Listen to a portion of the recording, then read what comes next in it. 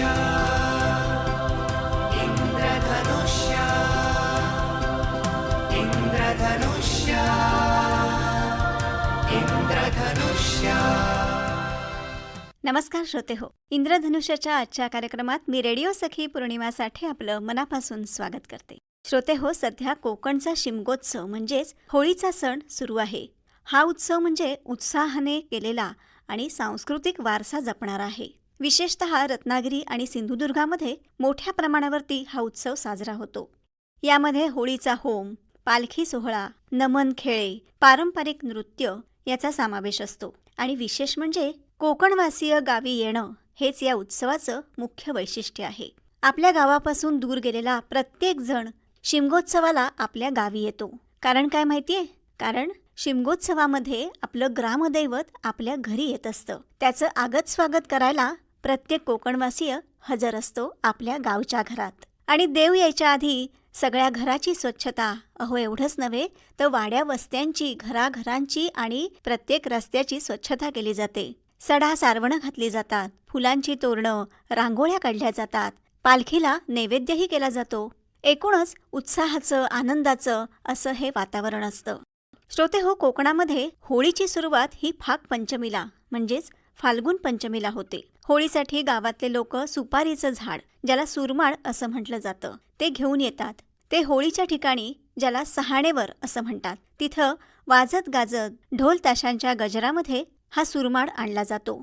या शिमगोत्सवाचा समारोप काही ठिकाणी शिंपणं म्हणजेच रंगपंचमीला होतो, तर काही ठिकाणी देवीचा दिवट्या गोंधळ घालून केला जातो. हा एक प्रमुख असा सांस्कृतिक उत्सव आहे.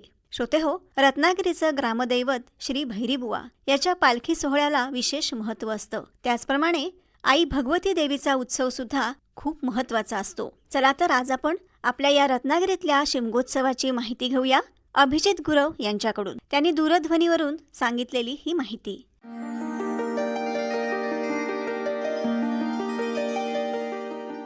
नमस्कार, जय भैरी. मी अभिजित लक्ष्मण गुरव उर्फ मनु गुरव. आज तुम्हाला कोकणातल्या शिमगा उत्सवासाठी मी आज भैरी मंदिर ट्रस्ट वरती खजिनदार म्हणून आज काम करतोय. आणि गेले 9 ते 10 पिढी जवळजवळ भैरी, भगवती, जोगेश्वरी, नवलाई पावनाई, तृणयोगेश्वरी, जंबुकेश्वर ही जी स्वयंभू स्थानं रत्नागिरीमध्ये आहेत, या देवस्थानाचा पुजारी आहे. आणि वाडवडिलांपासून ही पूजा अर्चा आपण करत आलेलो आहोत. आज कोकणाच्या शिमगा उत्सवाची थोडक्यात तुम्हाला माहिती सांगतो की कोकणातला हा शिमगा उत्सव जो आहे हा आई जोगेश्वरी म्हणजे जुगाई देवीचा आहे. जुगाई देवी ही कालभैरवाची पत्नी आहे आणि तिच्या शिमगा उत्सवासाठी आज कालभैरव म्हणजे त्याला रत्नागिरीने लाडाने नाव ठेवलेलं भैरी, आज हा मोठ्या प्रमाणामध्ये कोकणामध्ये हा शिमगा उत्सव केला जातो. त्याचप्रमाणे आदिशक्ती जी भगवती देवी रत्नदुर्ग किल्ल्यावर वसलेली आहे. सर्वात प्रथम म्हणजे शिमगा उत्सवाची कोकणातल्या सर्व शिमगा उत्सवाच्या आज ग्राम प्रदक्षिणे भगवतीच्या आशीर्वादानं सुरू होतात. ह्या फाल्गुन मासाची जी सुरुवात होते कोकणातल्या शिमगा उत्सवाला, ही शिमगा उत्सवाची फाल्गुन मासातल्या पंचमीला सर्वात प्रथम आदिशक्ती भगवती देवी ही ग्राम प्रदक्षिणेला श्रीदेव भैरी, जोगेश्वरी, नवलाई पावनाई, महापुरुष, सिटी पोलीस स्टेशन अशा या तिच्या मूळ स्थानावर जाऊन सर्व महापुरुषांना स्थानावर जाऊन ती सर्वांना ग्राम प्रदक्षिणेने येणाऱ्या होळी शिमगा उत्सवाची रूपरेषा आखण्यासाठी सर्वात प्रथम ही भगवती देवी संपूर्ण रत्नागिरीमध्ये आपली ग्राम प्रदक्षिणा पूर्ण करते. हा कोकणातला शिमगा उत्सव म्हणजे आज ह्या रूढी परंपरेप्रमाणे मानकरी, गावकरी, आता असणाऱ्या ट्रस्ट मंडळी, समस्त रत्नागिरीतले 12 वाडे आणि भगवती देवीच्या इथले किल्ल्या गावातील 5 वाड्या असे हे उत्सव रूढी परंपराप्रमाणे हे पूर्ण केले जातात. याचे जे काय पौर्णिमेचं ह्याला सर्वात मोठं महत्व आहे. पौर्णिमेला 12 वाजता श्रीदेव भैरी आपल्या जोगेश्वरी पत्नीला भेटण्यासाठी सज्ज होतो आणि देवी भगवती त्या पौर्णिमेच्या दुपारी आपला होळीचा शेंडा आणण्यासाठी आणि त्या ठिकाणी जाते आणि हा मोठा शेंडा आणला जातो आणि त्याचा नंतर होम केला जातो. आणि त्याचप्रमाणे भैरी सुद्धा पालखीमध्ये विराजमान होऊन आई जोगेश्वरीची गाठभेट घेतो आणि पुढच्या रंगपंचमी पर्यंत त्याचा जो का उत्सव आहे तो उत्सव परिपूर्ण करतो.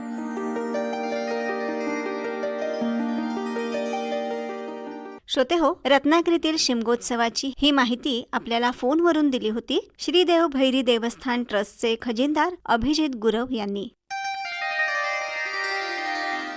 श्रोते हो, फाल्गुन शुद्ध पंचमीला धाकटी होळी आणि पौर्णिमेला थोरली होळी पेटवली जाते. गावागावात देवतांच्या पालख्या फिरतात. पालखी वाजत गाजत येते.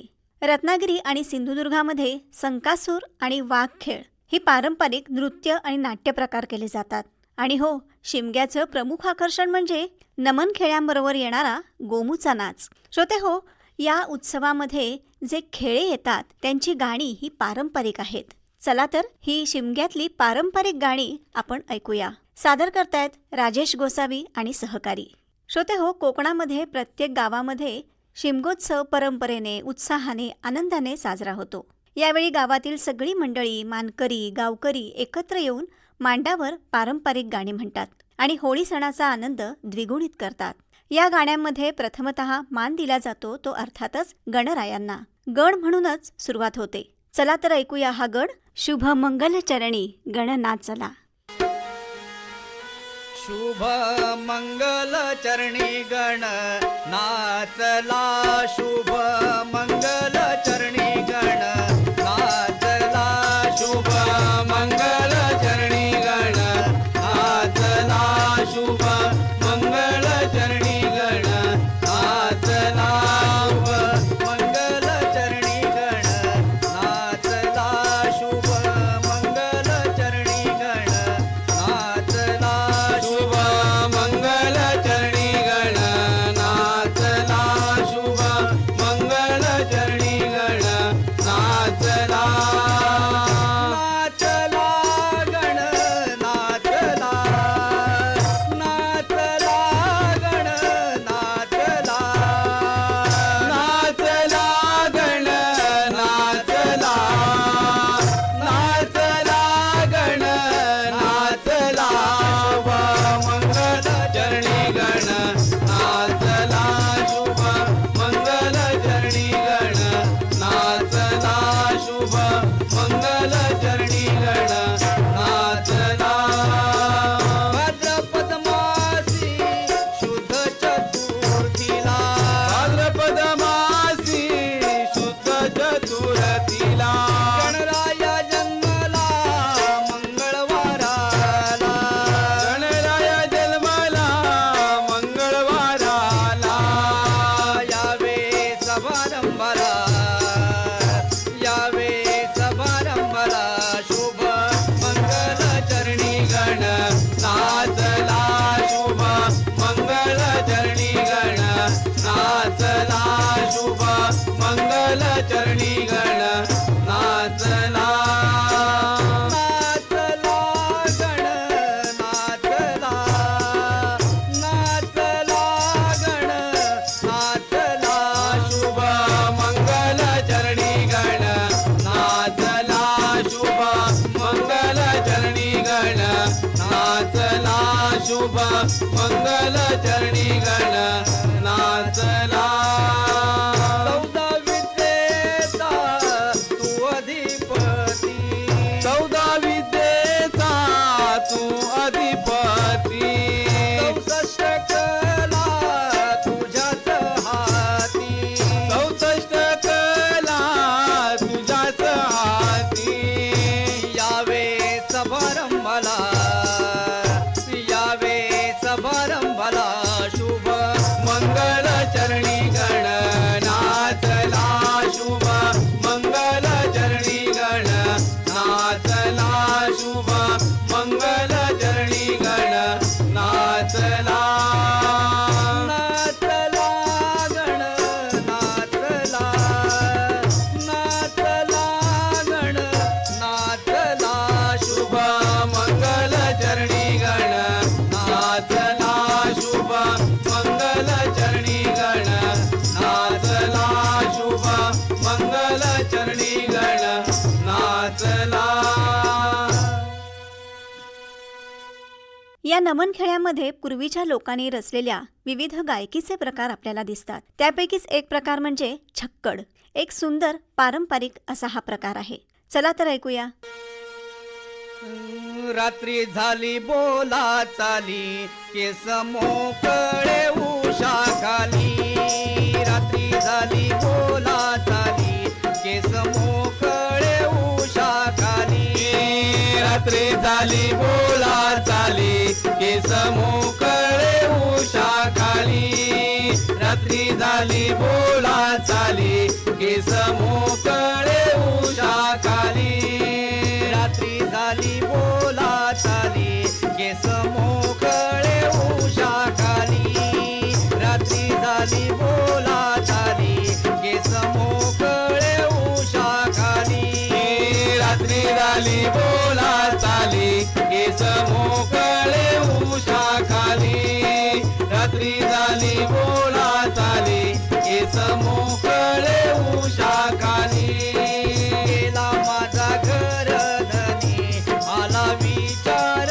माझ्या मनी गेला माझा घर धनी आला विचार माझा मनी रात्री झाली बोला चाली केस मोकळे उषा खाली रात्री झाली बोला चाली केस मोकळे उषा खाली कृष्ण बसला पलंगावरी तो भलत्याच कोड्या करी कृष्ण बसला पलंगावरी तो भलत्याच कोड्या करी रात्री झाली बोला चाली केस मोकळे उषा खाली रात्री झाली बोला चाली केस मोकळे उषा खाली शंकर बोले पार्वतीला अग भलतेच वेळ तुला शंकर बोले पार्वतीला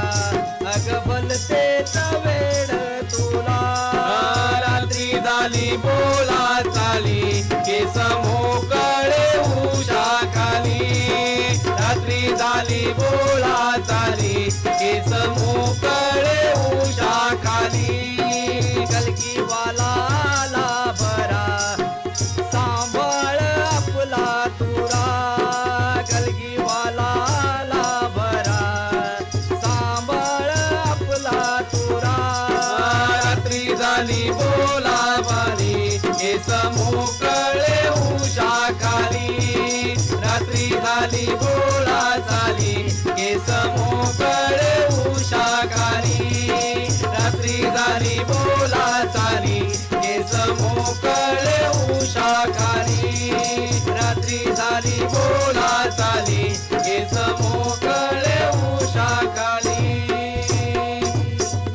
प्रत्येक गावाचं वैशिष्ट्य असतं, त्याला स्वतंत्र अशी पार्श्वभूमी असते. या पारंपरिक गीतातून ऐकूया रत्नागिरी जिल्ह्यातील लांजा या गावाचं वर्णन.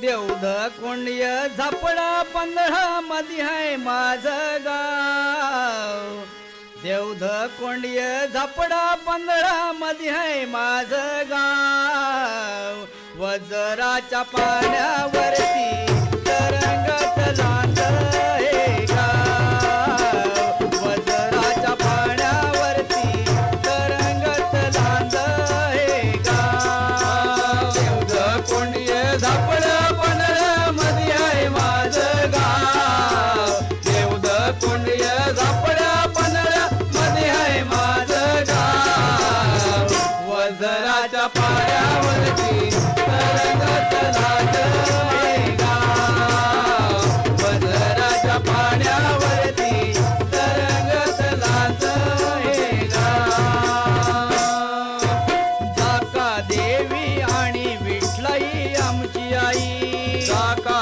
देवी विठलाई आमची आई केदारलिंग सर्व जगाला स्फूर्ती देई केदारलिंग सर्व जगाला स्फूर्ती देई सव्वाट्याचा डंक वाजतो आहे सर्वांना ठाव वजराच्या पाण्यावरती तरंगत लांज हे गाव वजराच्या पाण्यावरती तरंगत लांज हे गाव देवध कोंड्य झापडा पंधरा मध्ये आहे माझं गाव देवध कोंड्य झापडा पंधरा मध्ये आहे माझं गाव वजराच्या पाण्यावरती तरंगत लांज हे गाव वजराच्या पाण्यावरती तरंगत लांज हे गाव तालुका लांजा जिल्हा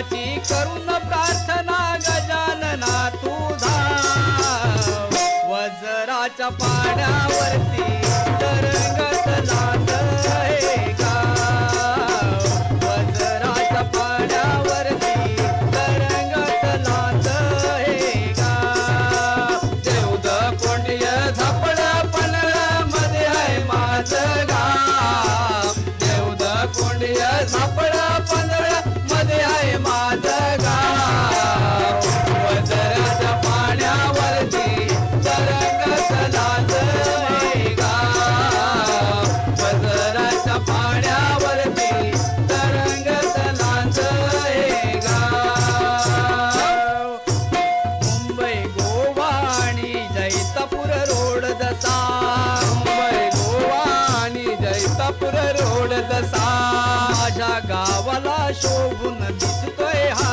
रस्ता माझ्या गावाला शोभून दिसतोय हा रस्ता चारी बाजूला चार डोंगर मध्ये आहे माझं गाव वज्राच्या पाण्यावरती तरंगत लांद हे गाव वज्राच्या पाण्यावरती तरंगत लांद हे गाव देवद कोंडिय झापड पनळमध्ये आहे माझं गाव देवद कोंडिय झापड पनळमध्ये आहे माझं गाव वज्राच्या पाण्यावरती तरंगत लांद हे गाव वज्राच्या पाण्यावरती तरंगत लांद हे गाव वज्राच्या पाण्यावरती तरंगत लांद हे गाव श्रोते हो, शिमग्याची गाणी म्हणताना त्यात अनेक गमती जमती सुद्धा बघायला मिळतात. नात्यामधली गंमत सुद्धा या पारंपरिक गाण्यांमध्ये रचली जाते. चला तर ऐकूया तुमचं आमचं नातं जवळचं हे होळीमध्ये म्हटलं जाणारं एक पारंपरिक गीत.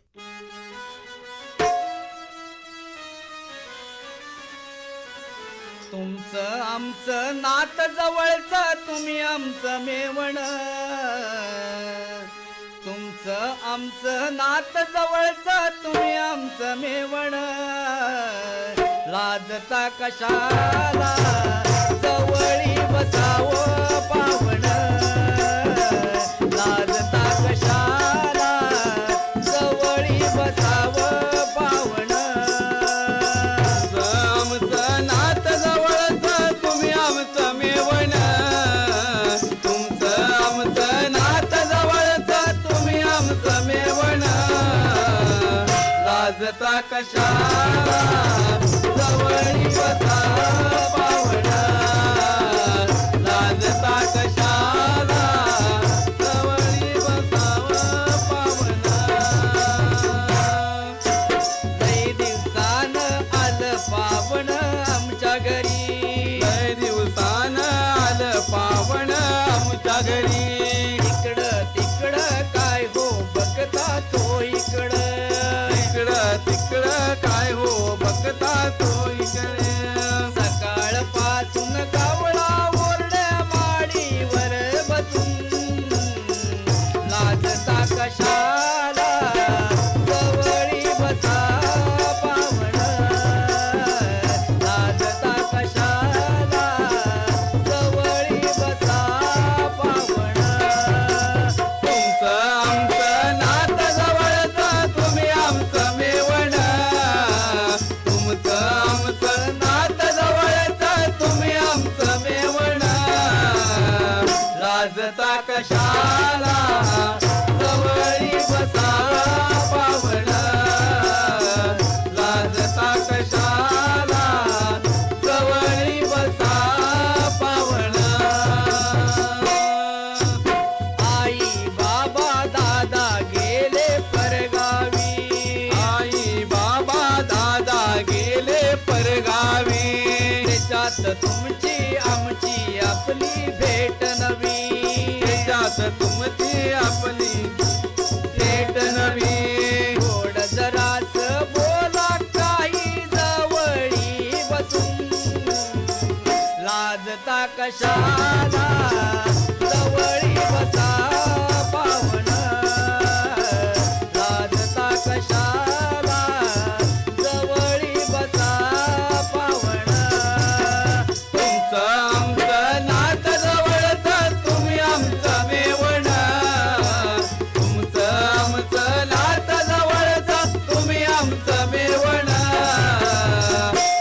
लाजता कशाला जवळी बसा पावन लाजता कशाला जवळी बसा पावन लाजता कशाला जवळी बसा पावन लाजता कशाला जवळी बसा पावन.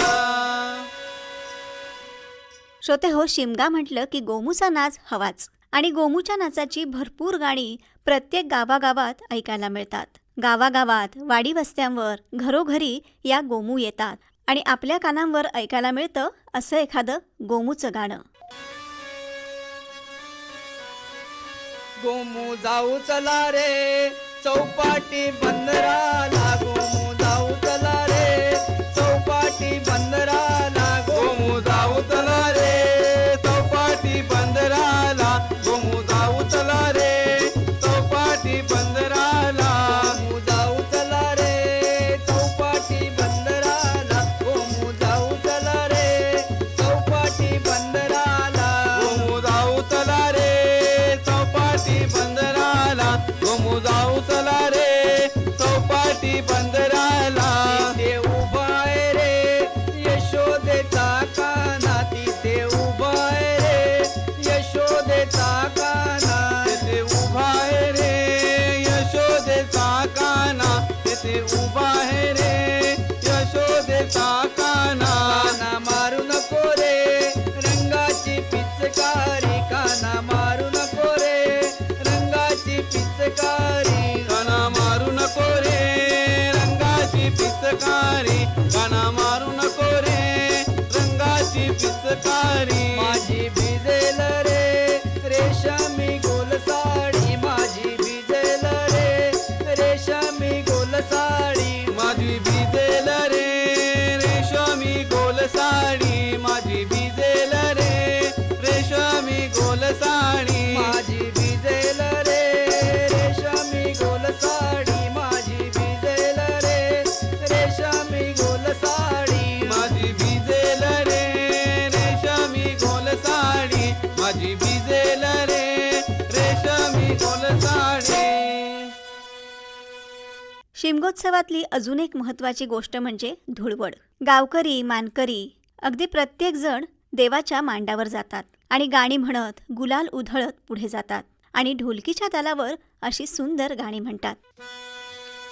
सके बाय गे मजवरी गुलाल फेकी तो सके बाय गे मजवरी गुलाल फेकी तो सके बाय गे मजवरी गुलाल फेकी तो सके बाय गे मजवरी गुलाल फेकी तो सके बाय गे मजवरी गुलाल फेकी तो सके बाय गे मजवरी गुलाल फेकी तो. पाणी घालून वाढविला चाफा भराशी आला पाणी घालून वाढविला चाफा भराशी आला पाणी घालून वाढविला चाफा भराशी आला पाणी घालून वाढविला चाफा भराशी आला. सई सई माझ्या अंगणी ग चाफा मोगरा दोन्ही सई सई माझ्या अंगणी ग चाफा दोन्ही सई सई माझ्या अंगणी ग चाफा मोगरा दोन्ही सई सई माझ्या अंगणी ग मोगरा दोन्ही.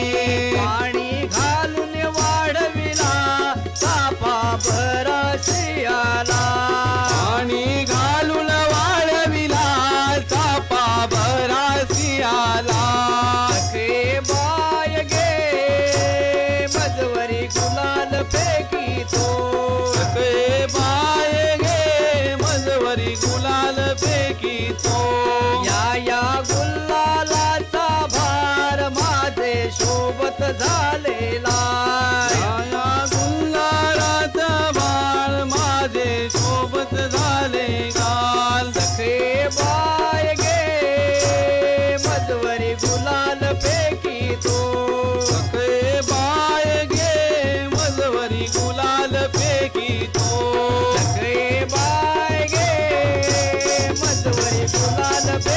फेकितो गे बाय गे मधवरी गुलाल फेकितो गे बाय गे मधवरी गुलाल फेकितो गे बाय गे मधवरी गुलाल फेकितो.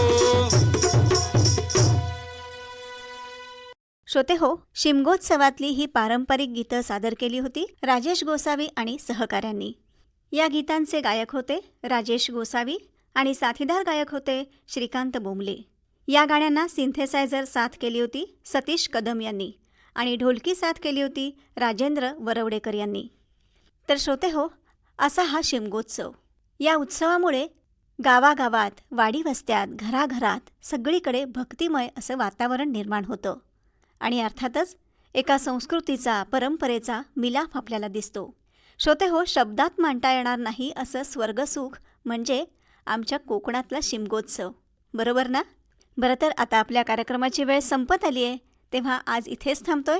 पण पुन्हा भेट आहेच. तोपर्यंत मी रेडिओ सखी पौर्णिमा साठे आपला निरोप घेते. नमस्कार. या कार्यक्रमाचे सादरकर्ते होते विवेक वानखडे. इंद्रधनुष्य इंद्रधनुष्य इंद्रधनुष्य